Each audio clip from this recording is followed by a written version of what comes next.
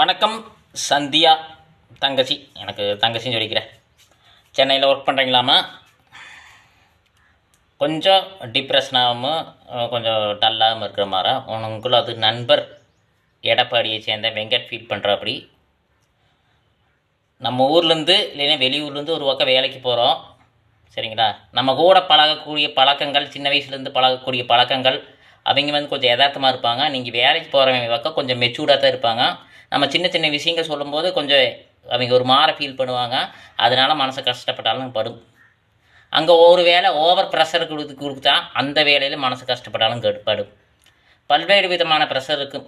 எல்லாமே ஒரு அச்சீவ்மெண்ட்டை எடுத்து, ஒரு பிளானர் எடுத்து நல்லா சந்தோஷமாக வாழுங்க. நல்லா இருக்கும், உங்கள் வாழ்க்கை நல்லா இருக்கும். அந்த மனசுக்கு இது டிப்ரெஷன் ஆச்சுன்னா உங்கள் நண்பர்கள்ட்ட ஃபோன் பண்ணி பேசுங்க. இதோ டிவி பாருங்கள், இல்லை என்ன குழந்தைகளை பாருங்கள், இல்லை கடை தேர்வுக்கு இது போனீங்கன்னா இதை வயசானவங்க இது மூட்டை தூக்கிட்டு போவாங்க, அதை பாருங்கள். அதுலேருந்து விடுபடலாம். கொஞ்சம் முடிஞ்சால் கொஞ்சம் வாக்கிங்கு, வீட்டுக்குள்ளேயே உட்காந்து ரொம்ப நேரம் அமைதியாக இருந்துட்டு அதையே யோசிக்க வேண்டாம். ஒரு புக்குக்கு இது படிங்க. டிவி உங்களுக்கு பிடிச்சதை போட்டு பாருங்கள். உங்களுக்கு பிடிச்ச வீடியோவை விடாமுயற்சி வீடியோ பாருங்கள். இதெல்லாம் அதுலேருந்து நீங்கள் வெளியே வரக்கு உண்டான வாய்ப்பு, சரிங்களா? நிறைய நண்பர்கள் கூட்டம் நல்லா பேசுங்க, அன்பாக பேசுங்க. ரொம்ப ஓவராக யாரு கூட்டமே தேவையில்லாத நட்பு வச்சுக்காதீங்க.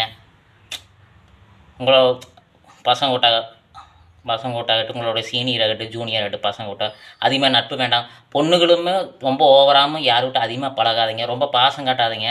ரொம்ப பாசம் காட்டி நம்ம ஒரு விதமாக நல்லா பாசமாக இருப்போம், அவங்க பாசம் இல்லாமல் இருப்பாங்க. நம்மளோட காசும் கூட வாங்கிட்டு ஏமாத்துறதுக்கு வாய்ப்பு இருக்குது. அதுவும் பார்த்து பத்திரமா பழகுங்க.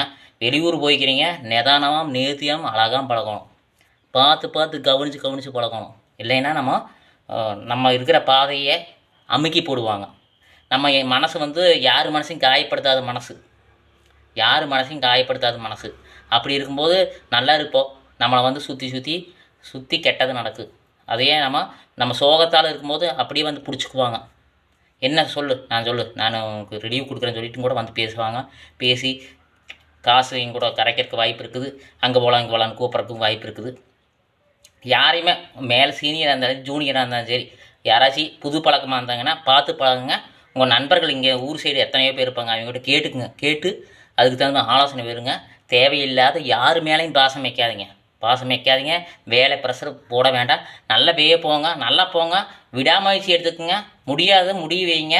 முடிஞ்ச அளவுக்கு உங்கள் தொழிலில் மைண்டை கான்செப்ட் பண்ணி அழகாக போங்க. மனசு கஷ்டமாக இருந்தால் குழந்தை சிரிப்பு, விடாமுயற்சி, உங்களோட நண்பர்களோட பேச்சு, இதுதான் உங்களால் தெளிவெடுத்து நல்ல வெற்றியடைய வாழ்த்துக்கள் பாப்பா. ஓகே, சரிங்களா?